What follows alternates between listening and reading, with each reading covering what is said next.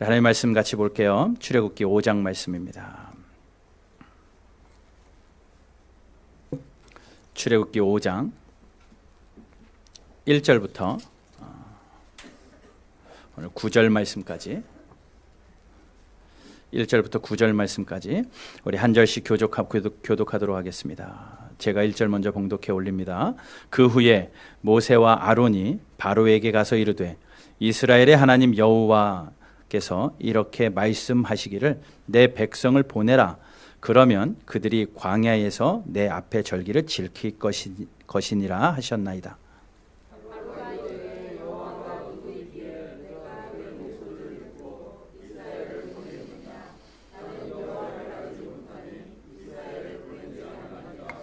그들이 이르되 히브리인의 하나님이 우리에게 나타나셨은즉 우리가 광야로 사흘길쯤 가서 우리 하나님 여호와께 제사를 드리려 하오니 가도록 허락하소서. 여호와께서 전염병이나 칼로 우리를 치실까 두려워하나이다.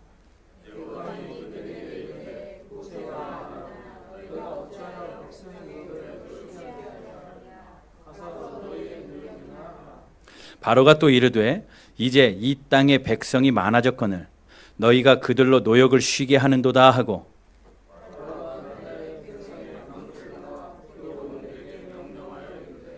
너희는 백성에게 다시는 벽돌을 쓸 집을 전과 같이 주지 말고 그들이 가서 스스로 집을 짓게 하라.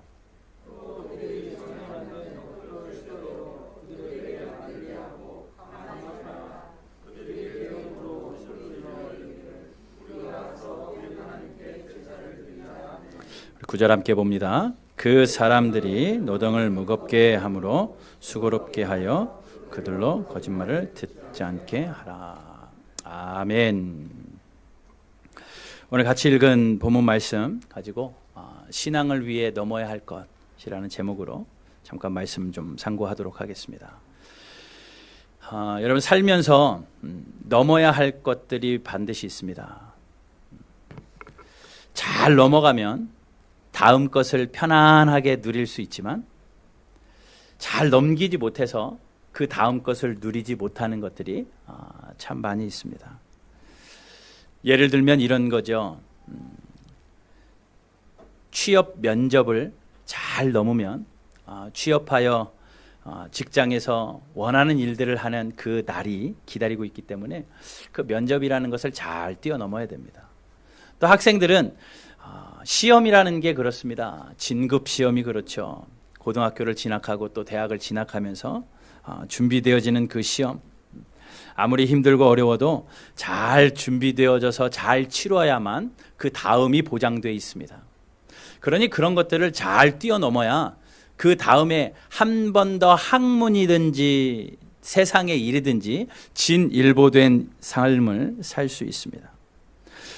누구나 다 하고 싶지만 그것을 넘지 못해서 그냥 머물러 버리고 포기하는 일도 적지 않게 봅니다. 유학생들이 토플이라는 시험을 봐서 그 점수가 나와야 학교에 들어갈 수 있거든요. 그런데 간혹 모든 게 다 구비가 되어졌습니다. 그래서 재정적인 증명도 하고 또 신분 증명도 하고 또 공부할 만한 능력도 된다라고 여겨져서 입학 허가서를 주는데 한 가지 토플 점수가 안 됐으니 조건부로 입학을 시킵니다. 그러면서 6개월 동안 점수를 받아내면 다음 학문을 계속할 수 있도록 조건부로 입학을 허가합니다.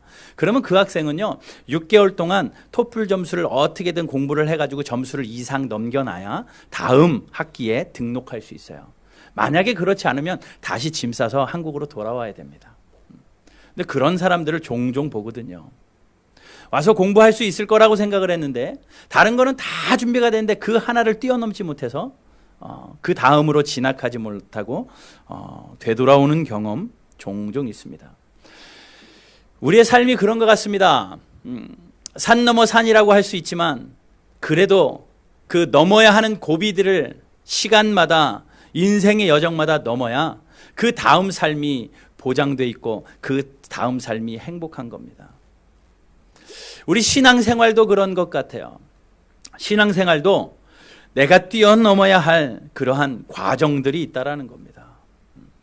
여기에는 이제 막 신앙생활을 시작하는 첫 걸음을 뗀 것 같은 신앙생활을 하시는 분들도 계시고 5년, 10년, 20년, 30년 아니 일평생을 신앙생활 한다고 교회에서 그 삶을 사신 분들도 계시리라고 생각을 합니다.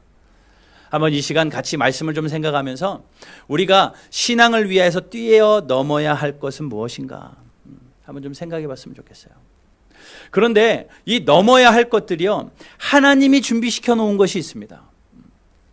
하나님이 우리에게 허락하셔서 그 단계를 뛰어넘도록 마치 시험과 같이요, 우리를 테스트하고 그 다음 단계를 위하여 하나님이 준비시켜 놓으신 것들이 있는 반면에 사탄이 준비해 놓은 것도 있어요. 그러니 하나님이 준비시켜 놓은 것은 우리가 장애물로 여기고 뛰어넘어야 됩니다. 그런데 사탄이 준비해 놓은 건요, 방해물인 줄 알고 피해버려야 돼요.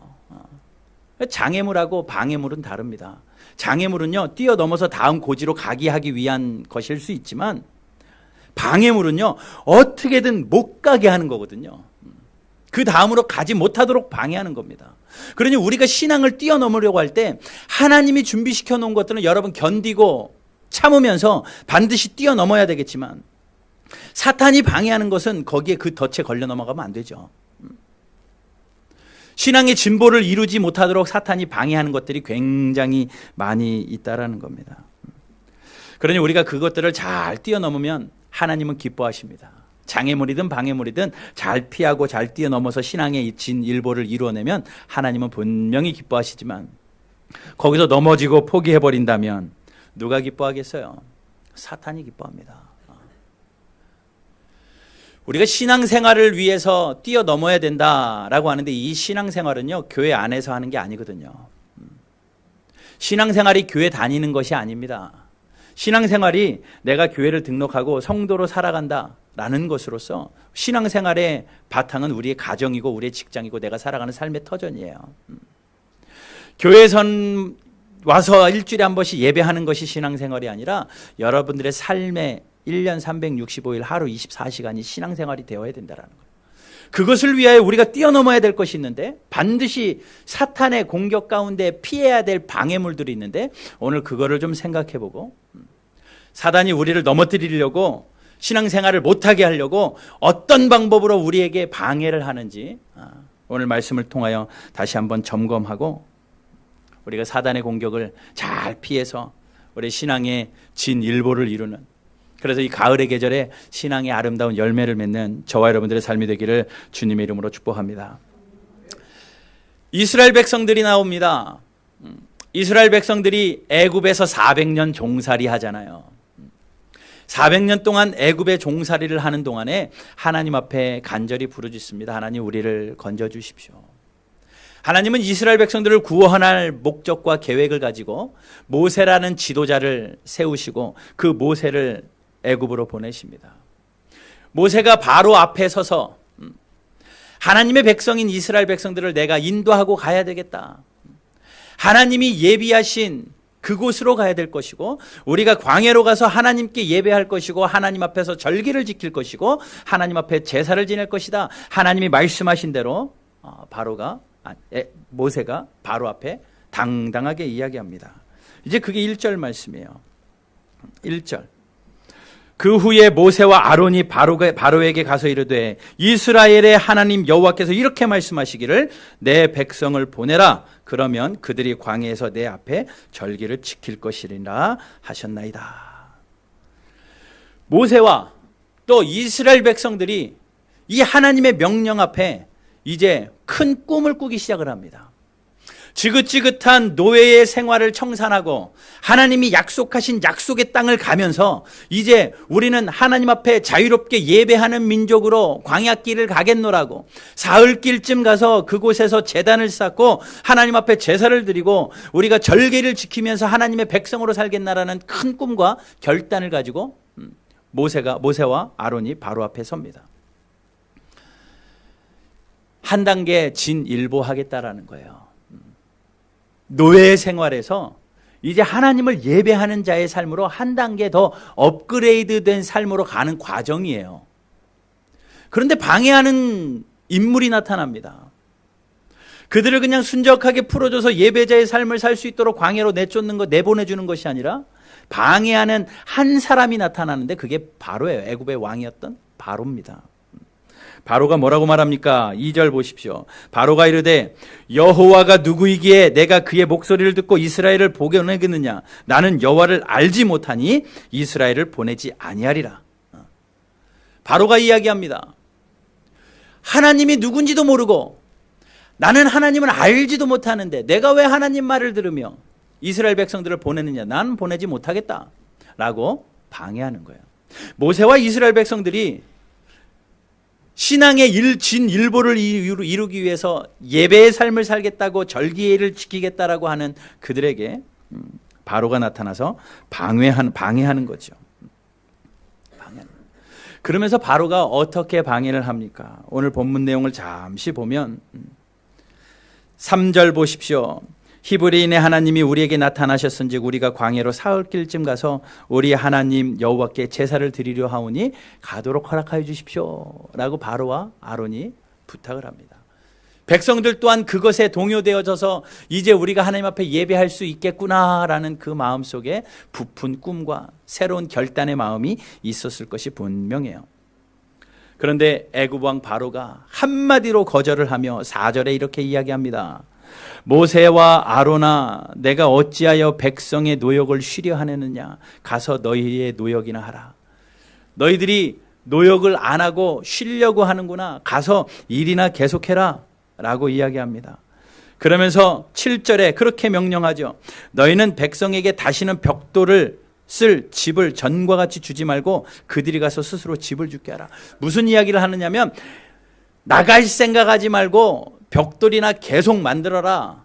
그러면서 이전에는 벽돌을 만들기 위해서 집을 제공했었는데 재료를 제공한 거예요. 재료를 제공하면서 벽돌을 만들라고 하루에 일정 분량을 줬는데 이제는 그것도 주지 마라. 그래서 재료도 스스로 돌아다니면서 집도 주워오고 벽돌도 만들고 이전과 똑같은 수량을 만들되 더 일을 더 부과시키는 겁니다.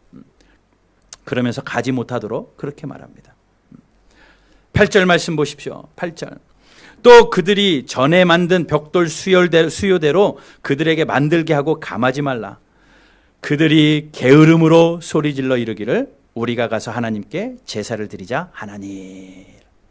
그들이 게을러져서 하나님 앞에 제사 드리자고 하니까 그들이 그러지 아니하도록 하나님께 제사 드리러 가지 못하도록 우리가 더 많은 일을 부과시켜버리자 라고 바로가 방해하는 거예요.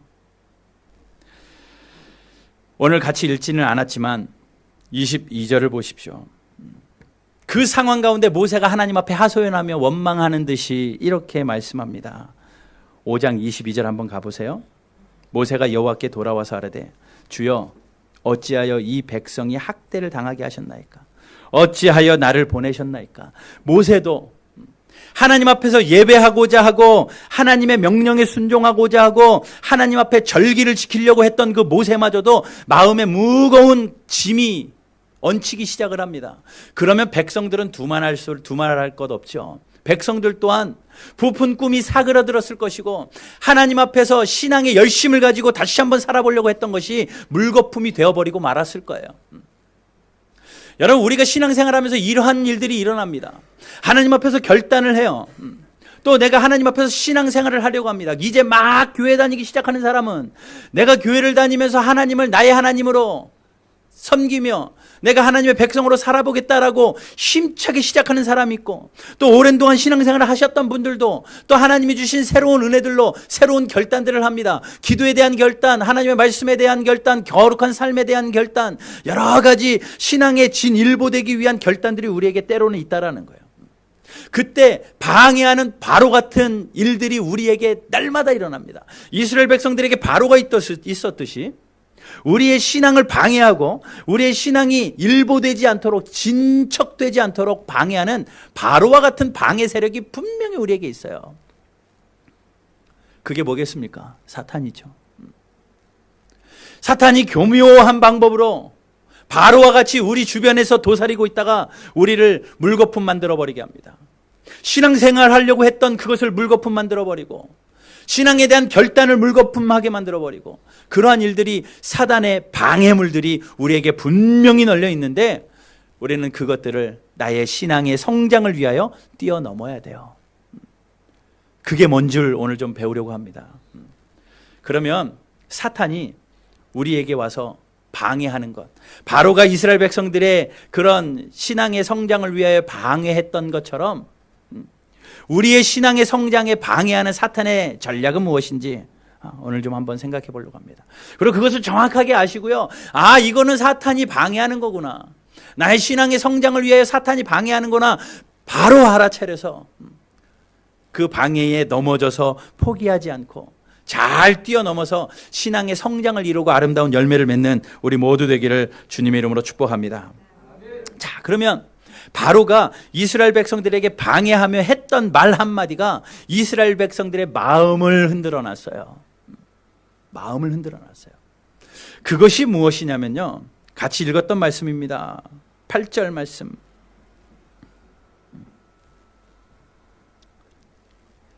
8절 말씀 같이 보겠습니다.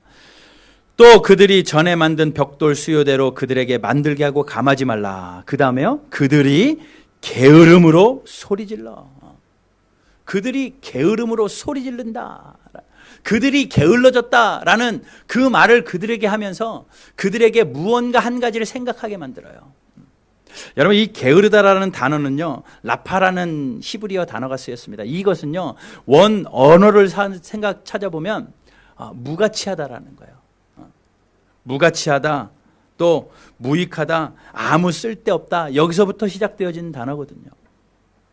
그러니 그들이 광야로 가려고 하는, 하나님 앞에 예배하기 위해서, 제사하기 위해서 광야로 가려고 하는 것은 게으른 행동이고 무가치한 일이라는 이야기예요.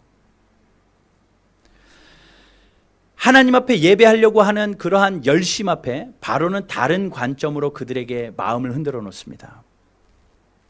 하나님 앞에 새롭게 지녔던 예배하고자 하는 마음, 제사 지내고자 하는 마음, 하나님의 절기를 지키고자 하는 마음을 바로는 게으름 때문이라고 결론 지으면서 그 모든 것이 게으름의 결과인 것처럼 무가치한 것이다 라고 이야기해요. 아무것도 아니고 무익한 일이라는 겁니다. 그 당시에 사람들은요, 사람을 분류하기 좋아했습니다. 사람을 어떻게 분류했냐면요, 지혜로운 사람, 또 어리석은 사람, 명철한 사람, 부지런한 사람, 교만한 사람, 이렇게 형용사를 붙여서 사람을 판단하기 좋아했습니다. 가장 영광스러운 그들의 판단은 지혜로운 사람이었다라는 거예요. 지혜로운 사람이라는 소식을 들으면 굉장히 영광스럽고 스스로 만족을 했습니다. 그러나 가장 수치스럽고 듣기 싫은 말이 무엇인 줄 아십니까? 게으른 사람이라는, 게으른 사람. 그것은 곧 무엇이냐면 무가치한 사람이라는 거예요. 무익하고 가치가 없는 사람이라는 이야기입니다. 그러니 그 말을 듣고 싶지 아니한 것은 당연한 거죠. 자, 그러면 바로가요, 왜 광야로 나가는 것이 게으른 것이고 무가치한 거라고 이야기를 할까요? 그들에게 생각나게 하는 이유는 그겁니다. 너희들이 이곳에서 노예를 하면서 벽돌을 만들면 그 벽돌이 자기에게 유익이 됩니다. 벽돌을 팔든지 또 어떻게든 팔지 않아도 나라에 바치든지 해서 먹을 것이 제공되기도 하고 살 수 있는 살 방편이 벽돌에게 있었어요. 그러니 그곳에서 힘들어도 벽돌을 만드는 일은 내가 살고 사는 생활의 수단입니다. 그걸 통하여 나의 필요한 것들이 그때그때마다 때를 따라서 공급되어지기 때문이에요. 바로는 그걸 이야기하는 겁니다. 너희들이 여기서 조금 힘들더라도 벽돌을 만들면 너희에게 생활에 필요한 것들이 공급되는데 광야로 나가서 그것을 포기하고 광야로 나가서 누가 벽돌 한 장 주겠느냐? 광야로 나가서 하나님 앞에 제사한들 너희들에게 누가 밥 한 그릇 주겠느냐? 이곳에 있으면 살 곳과 잘 곳이 제공되겠지만 광야로 나가서는 그것이 제공되겠느냐? 안 될 거라는 거예요. 그러니 그것은 게으른 결과고 무가치한 거라는 겁니다. 무가치한 것이니 가지 말아라 라고 언뜻 들으면 맞는 말을 하고 있어요. 그러니 광야로 나가는 것은 너희들의 생활에 전혀 도움이 되지 않고 유익이 되지 않고 아무 필요 없고 소용없는 일이다라고 바로가 모세와 아론에게 또 이스라엘 백성들에게 마음속으로 속삭이는 내용입니다. 여러분, 이 속삭임이 우리에게도 동일하게 있어요. 우리가 신앙생활하는 동안에 처음 신앙생활을 하시는 분이든지 아니면 신앙생활을 얼마든지 했든지 간에 문득문득 드는 회의와 생각이 무엇이냐면 이 신앙생활이 나에게 무슨 유익이 되냐,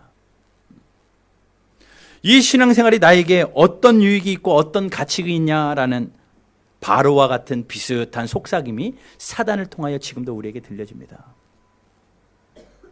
회의적인 질문이 든다는 거죠. 이것이 마음에 오는 방해물입니다. 사단의 속삭임으로 인해서 마음에 오는 방해물. 혹시 그런 생각 해보신 적 없으십니까? 이것이 무슨 의미가 있나? 일주일에 한 번 이 시간에 나와서 여기 앉아 있는 것이 나에게 무슨 도움이 되지? 무슨 이런저런 도움 된다고 해서 와서 앉아는 있어 봤지만 뭐 그렇게 딱히 도움되는 것 같지 않고, 나가서 일하는 게 훨씬 도움일 것 같고, 다음을 위하여 쉬는 것이 훨씬 도움일 것 같고, 이것이 별로 나에게 무가치할 것 같다라는 생각, 여러분 혹 안 해보셨나요? 그 생각이 나에게서 들어지는 생각이 아니라 사탄이 속삭이는 거라는 것을 우리가 깨달아야 된다는 거예요. 사람들은요, 자기가 행동할 때 가치 있는 것을 결정하고 그 가치 있는 것에 판단하여 행동을 합니다. 사람 모두에게 가치관이라는 게 있잖아요. 나에게 어떤 여러 가지 일들이 있는데 자기가 생각하기에 가장 가치 있는 것을 최우선으로 생각해서 그 가치 있는 일을 골라서 하게 되어 있습니다. 사람들은요. 근데 사단은 그렇게 속삭이는 거야. 신앙생활하는 거는 무가치한 거다. 교회 다니는 것이 무슨 가치가 있겠느냐.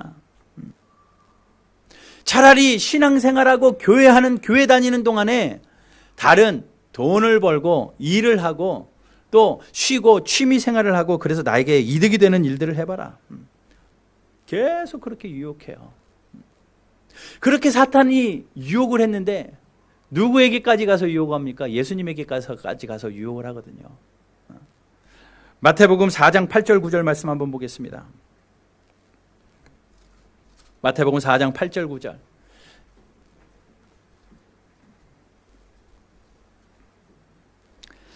제가 한번 읽어볼게요. 8절 9절입니다. 마귀가 또 그를 데리고 예수님을 이끌고 어디로 갑니까? 지극히 높은 산으로 가서 천하만국과 그 영광을 보여 이르되 만일 내게 엎드려 경배하면 이 모든 것을 내게 주리라. 예수님에게도 이렇게 속삭였던 사탄이에요. 마귀입니다. 마귀가 가서 예수님에게 이렇게 속삭이는 거죠. 나에게 절해. 그러면 이 모든 건 너에게 줄게. 유익이 될 만한 걸로 유혹을 한다니까요. 예수님에게 가서 유혹했던, 시험을 걸었던 사탄이 우리에게 안 올까요? 우리에게 오는 유혹은 뭐겠습니까? 교회 가는 것이 무슨 유익이겠어? 예배하는 것이, 예배드리고 무슨 돈이 떨어지겠어? 차라리 그 시간에 가서 일하는 게 나을 것 같고, 교회 가서 피곤하게 1시간 동안 뭘 듣고 있느니 차라리 즐거운 TV를 보는 게 낫지. 힘들게 아침부터 서두르니 푹 자고 내일을 준비하는 게 훨씬 낫지. 이런 속삭임들이 우리에게 있다라는 거예요. 그러다 보니 가치를 따지기 생각을 해요. 그거보다 맞아, 돈 버는 게 더 가치 있다. 그래서 신앙을 포기해버립니다. 그래, 내게 쉬는 게 더 가치 있을 것 같아. 나에게 유익이 되고 나에게 즐거움이 되는 취미생활이 훨씬 가치 있을 것 같아. 그래서 산으로 들러 쉬고 놀고 하기 위해서 떠나는 사람들도 있어요. 여러분, 그러한 것들이 우리에게 가치의 판단을, 사단이 우리에게 속삭일 때 여러분, 우리가 가져야 될 마음은 무엇입니까? 신앙생활의 가치가 무엇인지 정확하게 알아야 되거든요. 여러분, 신앙생활에 하나님을 섬기는 백성의 가치가 뭐라고 생각하십니까? 예배 드린다고 돈 떨어지나요? 만약에 1시간 예배한다고 하나님이 그날마다 이렇게 일당을 주신다면 뭐 전도 안 해도 되죠. 전도 안 해도 막 몰려들 거예요. 스탬프 찍듯이 커피숍에 가면 10잔 마시면 1잔 공짜리 이런 거 있잖아요. 그런 것처럼 10번 예배 들으면 소원 한 가지씩 들어준다 하면 뭐 전도 안 해도 그거 가지고 10번 찍으러 올걸요. 그런데 그런 일이 일어나냐고요. 세상의 가치로 신앙생활이 비교가 되냐고요. 그러면 여러분 분명히 알아야 될 것은, 여러분 신앙생활하는 가치는 뭡니까? 무엇 때문에 신앙생활 하세요? 무엇 때문에 교회 나오기 시작했고요? 무엇 때문에 교회 다니고 계십니까? 교회 다니는 게 문제가 아니라 무엇 때문에 하나님을 나의 하나님으로 믿고 예수님을 나의 구세주로 고백하며 여러분 찬송하며 살고 계십니까? 이곳에서뿐만 아니라 여러분들의 삶에서 하나님을 섬기는 그리스도인으로 살아가는 이유가 뭐예요? 무슨 가치로 살아가고 계십니까? 신앙생활하는 가치를 정확하게 알아야 돼요. 그래야지 세상의 가치와 바꾸지 않죠. 신앙생활하는 가치를 정확하게 이게 이런 가치가 있구나 이 정도 우리가 확실하게 알아야지 사탄이 그 어떤 것으로 세상의 명예로 공격을 하고 세상의 돈으로 공격하고 세상의 편안함으로 공격을 해도 바꾸지 않죠. 그 가치가 뭡니까? 신앙생활의 가치는요 한마디로 이겁니다. 천지를 창조하신 살아계신 하나님이 나의 편이 되셔 나와 함께 하신다라는 가치예요. 살아계신 하나님이 나와 함께 하신다는 삶. 잠깐이 아니라 1년 365일 24시간 하나님이 나와 함께 하신다라는 거. 그것이 우리의 신앙생활의 가치입니다. 빌립보서 4장 9절 말씀을 한번 같이 읽어볼게요. 빌립보서 4장 9절 말씀 같이 앞에 보고 한번 읽어봅시다. 시작. 그리하면 평강의 하나님이 너희와 함께 계시리라. 신앙생활의 가치는 무엇을 소유하는 게 있지 않습니다. 여러분 신앙생활을 함으로 인해서 내가 무언가 소유가 늘어나고 부자가 되고 건강해진다는 생각 하나님이 필요하시면 주실 수도 있지만 그것이 우리의 가치는 아니에요. 우리의 신앙생활의 가치는 뭐냐면요 하나님이 나와 함께 계시는 것입니다. 평강의 하나님이 너희와 함께 계시리라. 그 하나님이 살아계신 하나님이고요. 그 하나님이 천지를 지으신 하나님이고요. 그 하나님이 나와 함께 하신다는 그 가치예요. 시편 73편 28절을 보아도 이런 말씀이 있습니다. 같이 읽어볼게요. 시작. 하나님께 가까이함이 내게 복이라. 아멘. 하나님께 가까이 하는 것이 내게 복이래요. 부자 되는 것이 내게 복이 아니라 건강한 게 내게 복이 아니라 승승장구하게 성공하는 것이 내게 복이 아니라 내 자녀들이 잘 되는 게 내게 복이 아니라 우리는요 하나님과 가까이 사는 것이 우리에게 복이래요. 여러분 우리 신앙의 가치는요 세상의 기준과는 다르게 살아계신 하나님과 함께 하시는 겁니다. 함께함의 은혜. 그러니 우리는 현실적인 이득이 없어도 어떤 결과나 어떤 내 손에 쥐는 것이 없어도 하나님께 가까이 가는 신앙생활을 하며 하나님과 동행하는 그러한 동행의 삶이 우리의 신앙의 가치인 줄 알고 그 가치를 붙들고 가장 소중한 것이 그건 줄 알고 하나님과 동행하는 저와 여러분들의 삶이 되기를 주님의 이름으로 축복합니다. 예수님이 이 땅에 오셨을 때도 그랬어요. 예수님이 이 땅에 오셨을 때 수많은 유대인들이 가치를 가지고 예수님을 바라보기 시작합니다. 뭡니까? 메시아가 오시면 우리를 로마의 압제로부터 한 번에 해방해 줄 거다. 그래서 메시아를 기다려요. 가치 있는 메시아를 기다립니다. 구원자를 기다리는 거예요. 그 구원자가 오시기만 하면 우리는 이 지긋지긋한 로마의 압제에서 한 번에 해결될 거니까 가치 있는 그분이 오시기만 해봐라 라고 하면서 그 가치를 두고 그분을 기다렸는데 정작 예수님이 메시아로 이 땅에 오셨는데 그들의 가치와 맞지 않는 거예요. 마국간으로 오시더니 목수의 아들로 자라시고 힘없이 지내시는 걸 보면서 우리가 생각했던 그 가치가 아닌데. 그래서 결국은 유대인들이 그 예수님을 못 박아 죽이잖아요.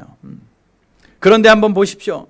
하나님께서 예수님을 이 땅에 보내실 때에 어떤 가치 있는 우러러를 볼 만한 그런 위치로 보내시지 않았습니다. 그러나 하나님께서 예수님께 주신 것이 한 가지 있습니다. 약속을 한 가지 주셨는데 그것이 하나님이 우리와 함께 하신다는 약속과 함께 예수님을 이 땅에 보내셨어요. 마태복음 1장 23절입니다. 같이 한번 읽어볼게요. 시작. 아들을 낳을 것이요 그 이름을 임마누엘이라. 자 보세요. 보라 처녀가 잉태하여 아들을 낳고 이게 예수님이죠. 예수님의 이름을 뭐라고 명해 주십니까? 임마누엘이라 하라. 이걸 번역하면 뭐라고요? 시작. 우리와 함께 계시다 합니다. 예수님을 보내시면서도 어떤 구원적인 메시아의 그런 그들이 가지고 있었던 가치에 부합되는 예수님으로 보내시는 것이 아니라 비록 마국간에 오고 목수의 아들로 자라면서 사람들에게는 무가치해 보일 수 있지만 하나님은 그 예수 그리스도의 이름에 무엇을 약속하셨느냐? 하나님이 우리와 함께 계신다라는 약속으로 예수님을 보내주셨어요. 그러니 그것이 가장 소중한 것이라는 겁니다. 여러분 우리가 이 예수님을 영접하고 예수 안에서 주어지는 하나님과 함께하는 삶이 신앙생활입니다. 그러면 그것이 뭐냐고요? 하나님과 함께하는 삶이 가장 안전한 삶이고, 아까도 시편의 고백처럼 하나님께 가까이 하는 것이 복이라는 겁니다. 분명히 약속합니다. 하나님께서는 베드로전서 5장 6절에서 때가 되면 높여주신대요. 때가 되면. 하나님의 때에 하나님께서 높이심을 우리가 알기에, 여러분, 우리에게 가장 가치 있는 것은 하나님을 나의 하나님으로 여전히 섬기는 신앙생활, 창조하신 하나님을 바라보며 그 하나님과 동행하는 그 신앙생활을 포기하지 않기를 주님의 이름으로 축복합니다. 그러면 사탄이 방해하는 거라고 생각하세요. 내가 생각하는 가치가 없다고 생각하는 거, 이 뭐 유익이 없고 무가치하다고 생각하는 그런 생각이 들 때마다 머리를 한번 흔드세요. 아하, 이거 사탄이 방해하는 거구나. 사탄이 내 마음 흔들어 놓으려고 방해하는 거구나. 내가 이거 하는 거 무가치한 것 같고, 내가 이거 하는 거 유익이 없는 것 같아도, 나의 만족과 유익이 없어도 하나님이 나와 함께 하신다면 내가 이 길을 걸어가리라. 그러한 뚝심 있게 믿음으로 하나님 앞에 나아가는 저와 여러분들의 삶이 되기를 주님의 이름으로 축복합니다. 또 한 가지가 더 있어요. 바로가 방해를 하는데 그들의 무가치함을 가지고 마음을 흔들어 놓는 것뿐만 아니라 생활에 방해를 합니다. 생활에 방해 요소를 하나 더 하는데 어떻게 방해합니까? 그래, 너희들이 벽돌 짓는 것이 쉬워서 그런가 본데 벽돌은 똑같이 지어. 그런데 난 재료 안 줄 테니까 재료 네가 줄 서가지고 네가 구해가지고 해. 너무 편안하다고 생각한 나머지 바로가 어떻게 합니까? 그들을 바쁘게 만들어버려요. 바쁘게. 그러니 이전에는 나누어주는 재료 가지고 벽돌만 만들면 되는데 이제 그 재료까지 주스러 다녀야 되니, 재료까지 주스러 다니 2배 이상의 시간이 걸리는 것 당연하지 않겠습니까? 그래서 고역이 그들에게 따르기 시작을 합니다. 13절 말씀, 오늘 본문 말씀은 아니지만 그 뒤에 13절을 한번 볼게요. 13절. 감독들이 그들을 독촉하여 이르되, 이제 감독들이 바로의 명을 받아서 독촉하기 시작합니다. 너희는 집이 있을 때와 같이 그날의 일을 그날에 마치라. 집이 있을 때처럼 집이 없어도 똑같은 물량을 그날에 똑같이 찍어내라 라고 명령하며 그들을 몰아붙이기 시작을 합니다. 시간이 있고 여유가 생기니 하나님 앞에 예배하자고 하니까 그들을 더욱 바쁘게 만들어서 하나님을 향한 생각이 행동으로 옮겨지지 않도록 만들어버리자. 바로의 공격이에요. 어떤 공격이라고요? 하나님을 향한 거룩한 생각이 행동에 옮겨지지 않도록 굉장히 힘들고 바쁘게 만들어버리자. 이것이 바로의 공격이었다고요. 여러분, 우리가 지금 신앙생활 하는데 우리를 공격하는 수많은 사탄의 공격 중에 바쁨이라는 공격이 있습니다. 굉장히 우리를 바쁘게 해요. 우리의 삶을 굉장히 바쁘게 해가지고 신앙생활에 여유가 없도록 만들어버립니다. 사단이 굉장히 좋아하는 거예요. 제가 지난 여러 해 동안 청년들과 신앙생활을 하고 청년들을 교육하면서 청년들 사역의 가장 큰 적은 직장이라고 그랬어요. 맨날 야근이에요. 10시, 11시. 뭘 할 수가 없습니다. 이 직장이 가장 사역의 큰 적이다라고 이야기할 만큼, 뭐 좀 하려고 그러면 직장에서 불려가니 할 수도 없고. 그래서 그게 가장 뛰어넘어야 할 산이었는데요. 현실은 현실이지만 우리의 삶을 굉장히 바쁘게 만들음으로 인해서 가장 기뻐하는 것은 사탄이에요. 그런데 여러분, 바쁜데도 세 종류가 있는 걸 아십니까? 진짜 일이 바빠서 바쁜 경우도 있고, 아니면 쓸데없이 바쁜 사람이 있어요. 쓸데없이 바쁜, 정말 바쁜 게 아니라 쓸데없는 일에 굉장히 바쁜 사람이 있고, 실제로는 그렇게 충분히 할 수 있는 일이고 바쁘지 않는 일인데 마음이 분주해서 마음이 바쁜 사람이 있습니다. 그런데 정말 일이 바쁜 사람, 내가 조절하면 분명히 그것들 조절할 수 있는 있어요. 근데 그냥 입에 나는 바쁘다 입에 달고 또 그냥 생각을 그렇게 하고 사니, 그냥 바쁜 것은 마치 굉장히 사람들에게 나를 과시해 보이는, 나 한가해 그러면 굉장히 뭐 없어 보이고, 나 굉장히 바빠요 막 바쁘게 움직이면 굉장히 잘 나가는 사람 같아 보이고, 사람을 평가하는 기준이요 바쁜 걸로 되어버렸다고요. 제가 무슨 일 때문에 바쁩니다. 그러면 굉장히 잘 살고 있는 사람 같아 보이고요. 저 할 일이 없어요. 한가해요. 그러면 굉장히 뭔가 도태되는 사람처럼 보이고요. 그렇기 때문에 사람들이 이 현대 속에서 나도 모르게 그냥 바쁘다라는 것이 입에 배어버립니다. 그리고 나는 바빠, 나는 바빠. 나도 바쁘고 싶다. 나도 바쁘고 싶다. 그래서 괜히 쓸데없는 것에 바빠버려요. 마귀가 우리 신앙생활을 공격하는데 어떻게 하는 줄 아십니까? 바로 이런 대목입니다. 생활을 바쁘게 만들어서 신앙을 잃어버리게 만들어버려요. 바로가 했던 것처럼요. 마귀는 하나님을 향하여 귀하고 거룩한 마음을 먹으면 그 마음을 잃어버리도록 바쁘게 만들어버립니다. 마음이 공공연하게 바빠져서 신앙의 마음을 잃어버리게 만든다는 거죠. 여러분, 그러니까 신앙생활하면서 가장 큰 어려움이요, 핍박이 아니라니까요.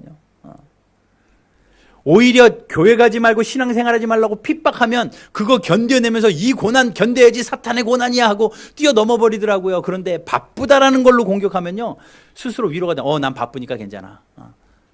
그런데 이런 생각 한 번씩은 다 해봤을 것 같아요. 이 일만 마치고 신앙생활 열심히 해야지.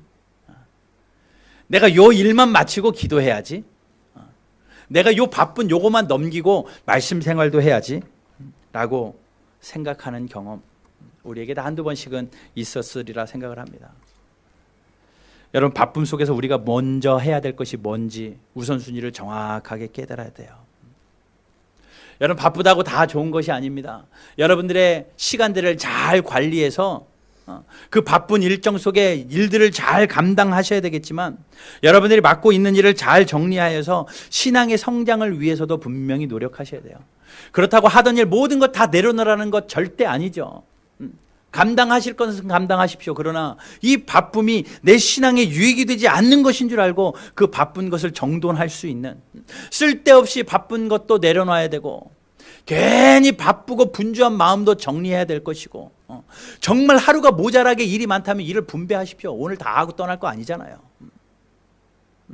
분배해서 그 바쁨이 우리에게 핑계가 되지 않도록, 그 바쁘다는 핑계로 우리가 넘어가면 신앙이 떨어지게 돼 있어요. 빌러 하이벨스 목사님이 이런 책을 썼습니다. 너무 바빠서 기도합니다. 바쁘니까 더 기도해야 되고, 바쁘니까 더 하나님 앞에서 우리가 더 정신 차려야 된다는 것을 이야기합니다. 여러분, 우리가 가장 먼저 해야 될 일, 가장 소중한 일, 가장 가치 있는 일, 하나님을 향해서 가졌던 결단의 마음을 행동으로 옮기는 거예요.